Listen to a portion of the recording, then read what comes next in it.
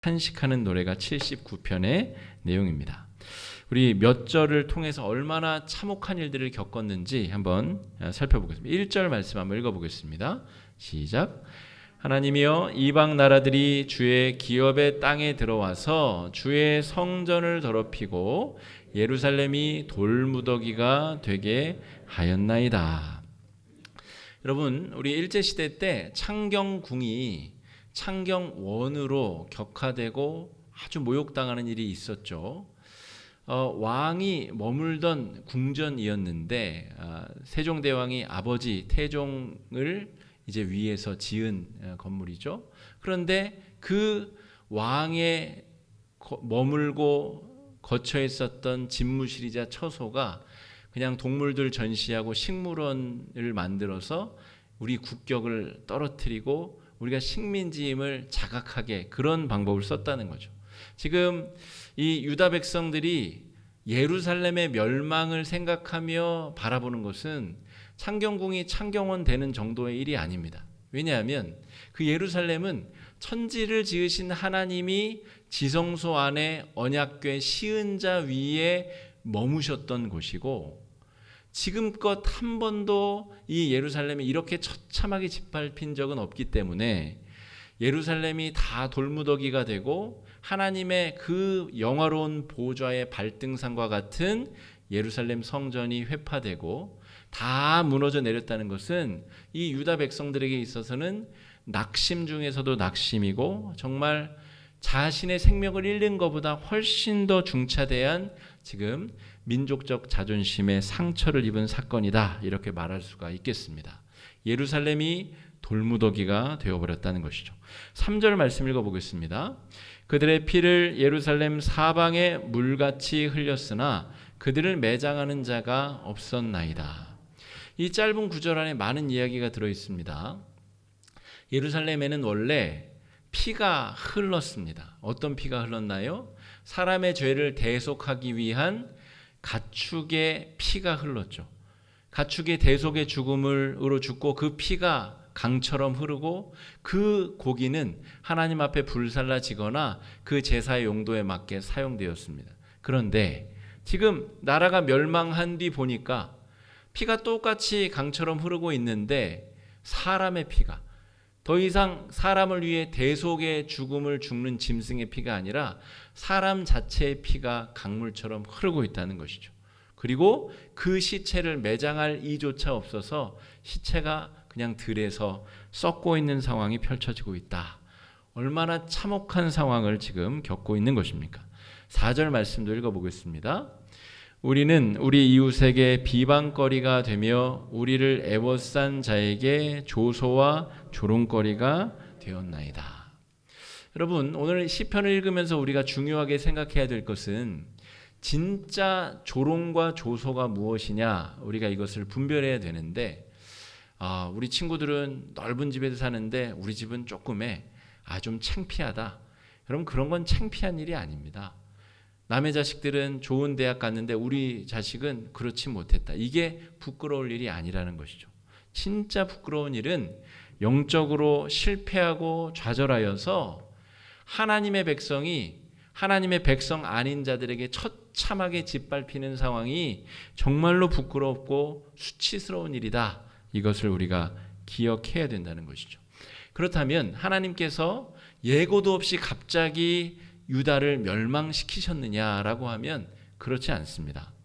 유다가 멸망하기 이전에 수많은 예비 사인들이 있었습니다. 너희들 그런 식으로 하면 이제 큰일 난다, 멸망한다, 너희들 큰 재난을 겪고 쓴 맛을 보게 될 것이다. 하나님께서 많은 예고의 말씀들을 해주셨습니다.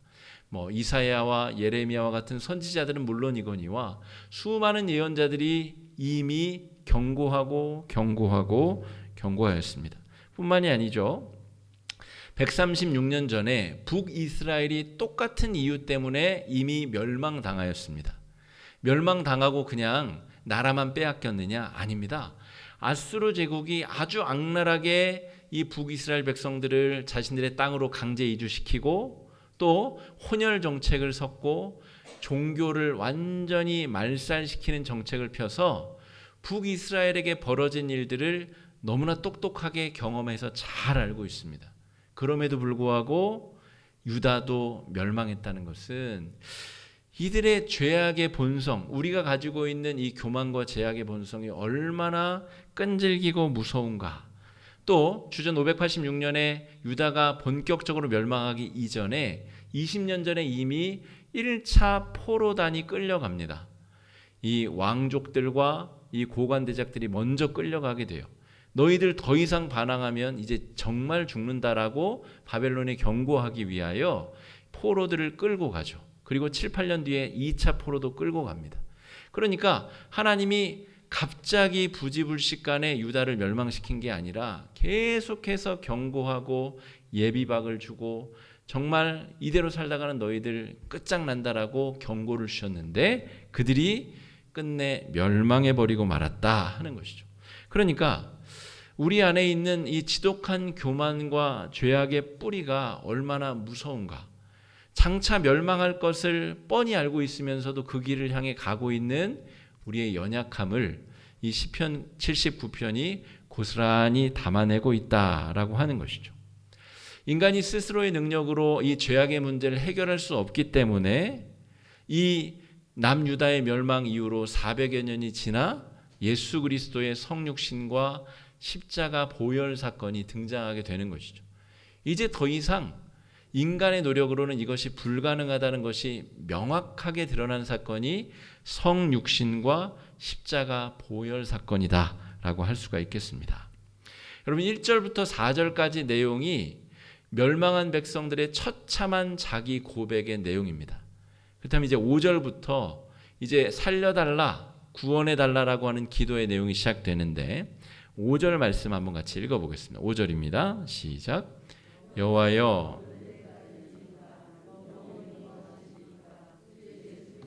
불붙듯 하시리이까. 우리 여호와여 어느 때까지니까 이게 시편에 3번 정도 등장하는 표현인데요. 신학생들이 자기들끼리 농담으로 주고받는 표현입니다. 시험 기간에 막 공부가 안 되고 그러면 주여 어느 때까지니까 자기들끼리 농담으로 주고받는 말입니다. 이 사역지가 구해지지 않으면 이런 말을 이제 푸념하듯이 교육자들이 내뱉습니다. 근데 이 의미는 시편 79편에서 이 상황은 정말 고통스럽고 절망스러운 상황 가운데서 죽기 직전에 내뱉는 표현이 여호와여 어느 때까지 제가 기다려야 됩니까? 이런 표현입니다. 여러분 어느 때까지 기다리면 하나님이 진노를 푸시겠습니까? 이 기도 문장을 한번 잘 묵상해 보시면 제가 이 문장을 묵상하면서 참 뻔뻔하기도 하다 이런 생각을 했습니다. 하나님이 북이스라엘이 멸망할 때도 증거를 보여주셨고 수많은 선지자와 예언자와 여러 증거들을 보여주셔서 멸망할 것이라고 보여주셨음에도 불구하고 멸망했잖아요. 그러면 어느 때까지니까 이런 기도는 좀 뻔뻔하지 않나? 제가 이제 그런 묵상을 해보게 되었어요. 이 뻔뻔한 기도의 내용, 하지만 이 기도를 하나님께서 기뻐하실 것 같다 이런 생각을 좀 해보았습니다. 뻔뻔하게 들리는 기도이지만 하나님이 기뻐하실 만한 질문, 주님 언제까지 저희를 이대로 내버려 두실 것입니까? 이 질문을 바꿔보자면 이 문제를 해결할 주체가 하나님이시라고 하는 굳건한 믿음이 있습니다. 바벨론 왕에게 생명을 구걸하는 기도가 아닙니다. 바벨론 왕이시여 우리를 불쌍히 여기시사 돌려보내 주십시오. 바벨론 왕은 그럴 능력이 없습니다. 하나님의 치시는 막대기로 바벨론이 이용되었을 뿐이지 우리의 운명을 쥐고 계신 분이 하나님이시라고 하는 굳건한 믿음 가운데 여호와여 어느 때까지 참고 우리를 방치하실 것입니까? 이렇게 반문하고 주님께 뻔뻔하지만 그런 기도를 드리고 있다는 것이죠. 하나님께서 이 기도를 왜 기뻐하실까? 그래, 너희들이 회개하고 있구나, 돌이키고 있구나, 문제가 어디에서 잘못됐는지 드디어 깨닫고 있구나. 그리고 이 문제를 되돌려 놓을 존재가 나라는 사실을 너무 잘 알고 있구나. 그런 의미에서 하나님께서 이 기도를 기뻐받지 않으셨을까 생각해 보았습니다. 하나님의 자비와 사랑에 대한 확신 가운데 드리는 기도, 여러분 고난 가운데 있는 성도들이 하나님 앞에 드려야 될 기도가 바로 그것이죠. 내가 문제를 촉발해서 내가 환난과 어려움을 겪는 경우가 대부분이잖아요. 그런데 그럼에도 불구하고 뻔뻔하게 주님 그래도 살려주십시오. 제가 다시 한번 회개할 테니 주님 다시 한번 기회를 주십시오. 이런 뻔뻔한 기도를 하나님께서 우리에게 찾고 계시고 기다리신다라고 하는 것이죠. 하나님께서는 창세기에서부터 요한계시록까지 내용을 통전적으로 잘 살펴보면 하나님께서는 하나님의 백성들을 먼저 포기하신 적이 한 번도 없습니다. 여러분 그런 증거를 저에게 가져오시면 제가 신학대학교에 얘기해가지고 박사학위를 받게 해드릴게요. 여러분 하나님께서는 아담부터 시작해서 저 요한계시록의 하나님의 백성들까지 하나님의 백성들을 먼저 포기하신 적이 한 번도 없습니다. 사람들이 하나님을 배반하고 하나님을 등지고 우상 숭배로 나아가서 문제가 벌어진 것이지 하나님께서 먼저 포기하신 적이 없다는 것이죠. 그러면 유다는 왜 멸망했습니까? 라고 우리 질문이 생길 텐데요. 하나님의 관심은 남아있는 자들에게 있습니다.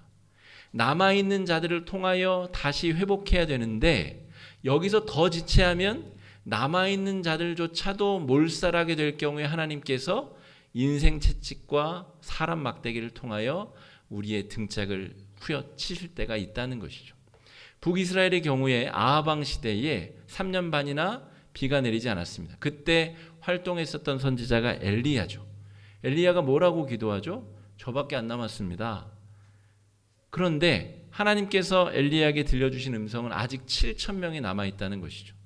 그렇기 때문에 북이스라엘 멸망의 때가 아직은 임하지 않았다는 겁니다. 그런데 여기서 좀 더 가게 되면 하나님의 마지막 소망까지 끊어지기 직전에 하나님이 아수르를 통하여 바벨론을 진멸하신 것이죠. 하나님의 관심은 끝까지 지켜보고 견디고 희망을 가지고 버텨주시는 사랑, 이게 하나님의 본질적인 속성이시라는 것입니다.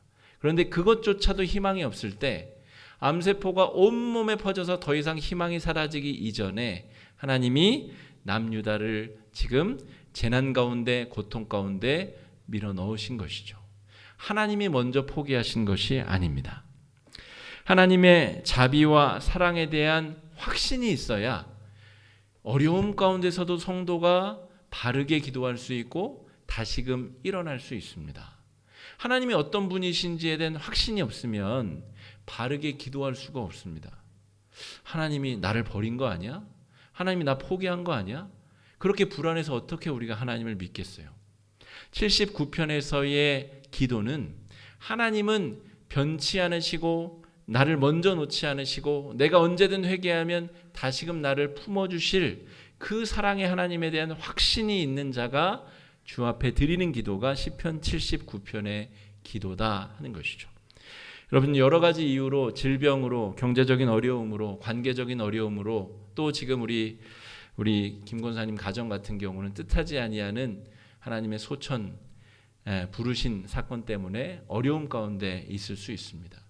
각양각종의 어려움 가운데 우리가 노출되어 있을 수 있지만 하나님이 어떤 분이신지에 대한 확신을 놓지 않는 이들에게는 그 마음속에서 주님이 기도 제목을 주시고 바르게 기도하게 하시고 또 그 어려움 가운데서 회복시켜 주신다는 믿음으로 우리가 나아가야 될 줄로 믿습니다. 하나님께서는 먼저 우리를 배반하거나 포기하신 적이 없으십니다. 우리 9절 말씀 한번 같이 읽어보겠습니다. 시작.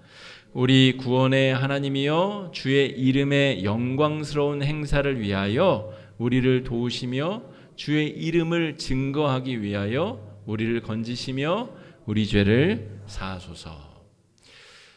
그 나라가 멸망당하는 고통이 있자 유다 백성들이 드디어 바르게 기도를 하기 시작합니다. 주님, 그래도 저희밖에 없잖아요. 하나님 다른 대안 있어요? 그러니까 우리 살려주세요. 이런 류의 협박성 기도가 아닙니다. 하나님 우리 살려주면 우리 한번 제대로 한번 해볼까? 고민해 볼게요. 이런 거래적인 기도도 아닙니다. 우리의 생명줄이 하나님께 달려 있고 우리를 살려주시는 것이 하나님의 영광에 부합하기 때문에 우리를 살려주십시오. 우리는 의로움이 없으나 주님이 의로우시니 우리에게 다시 한번 기회를 주십시오. 이렇게 바른 기도를 드리고 있다는 것입니다. 여러분, 우리가 곤경과 어려움과 환난에 있을 때에 이 시편 79편 9절의 기도, 주님, 주의 영광스러운 이름 때문에 다시 한번 저를 불쌍히 여겨주십시오. 다시 한번 기회를 주시고 다시 한번 회복할 수 있는 기회를 허락해 주십시오. 이런 기도를 우리가 드릴 수 있어야 되겠습니다. 회개와 그에 합당한 바른 열매를 맺을 때에 하나님께서 고난 가운데 있는 백성들을 회복하시고 구원하실 것입니다.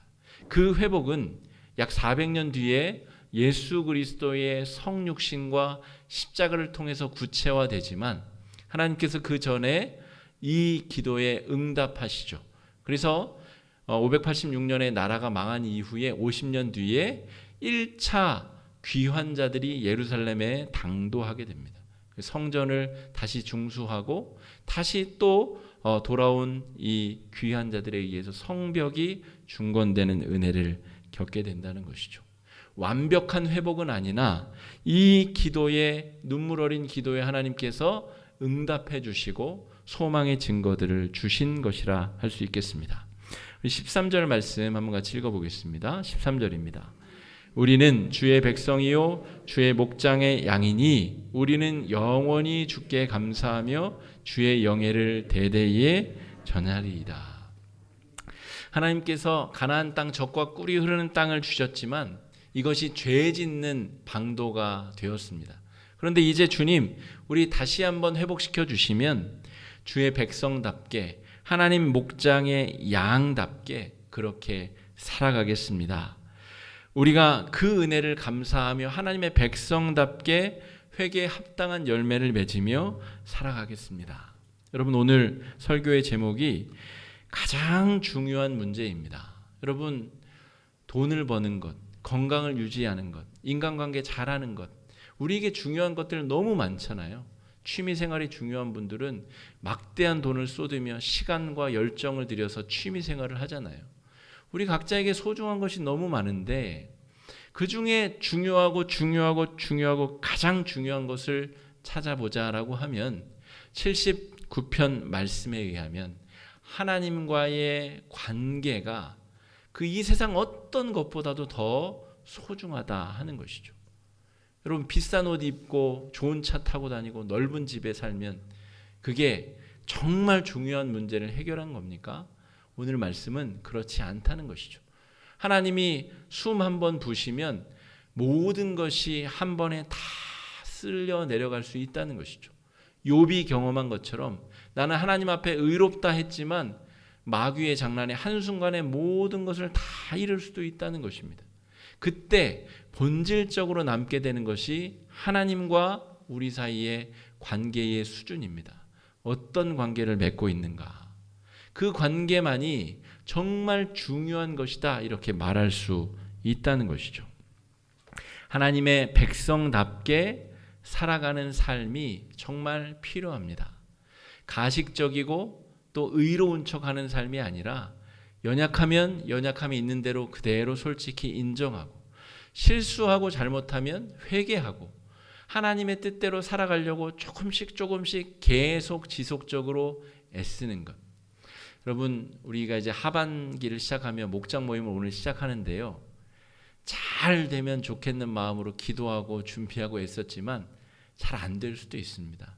흐지부지 모임이 안 될 수도 있고 또 모임에 또 갈등과 다툼이 오히려 모였다가 생길 수도 있고 여러분, 구더기 두렵다고 장 못 담그면 되겠습니까?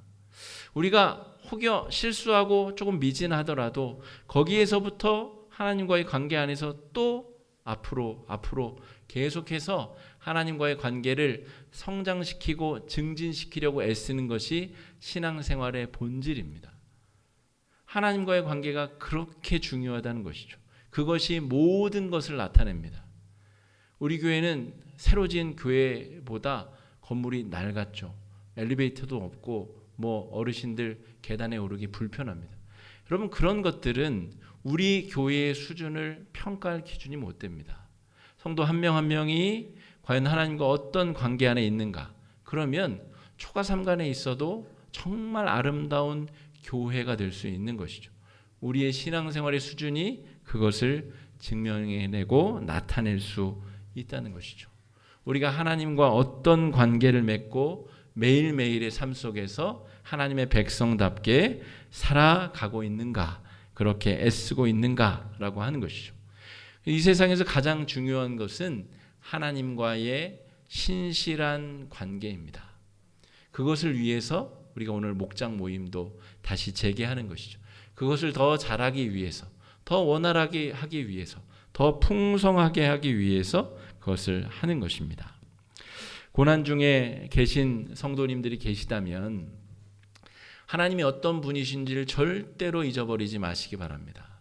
그분이 어떤 속성을 가진 분이시고 그분은 절대로 나를 먼저 포기하지 아니하시는 분이시라는 사실, 내가 제대로 마음을 고쳐먹고 회개하고 하나님의 백성답게 살기로 나아가면 그분은 우리가 어떤 참혹한 죄를 지었든 다시금 우리를 품으시리라는 그 거룩한 속성을 절대로 잊지 마시기 바랍니다. 다가오는 한 주간 동안 회복시키시고 구원하실 하나님께 믿음으로 나아가실 수 있는 그런 귀한 한 주가 되시기를 주의 이름으로 축복합니다. 이 시간에 말씀 의지해서 함께 기도하시겠습니다. 기도하실 때에 주님, 역경과 환난 가운데 우리가 놓여져 있습니다. 유다 백성들만큼은 아니지만 우리가 하나님과의 관계의 소중함을 잃어버린 채 방황하고 갈등과 절망 가운데 빠져 있을 때가 많습니다. 주님, 우리를 불쌍히 여겨 주십시오. 주님, 신실하신 주님께서 우리를 다시 회복시켜 주실 줄 믿는 믿음으로 승리케 하여 달라고 이 시간에 함께 기도하며 나아가겠습니다. 기도하겠습니다.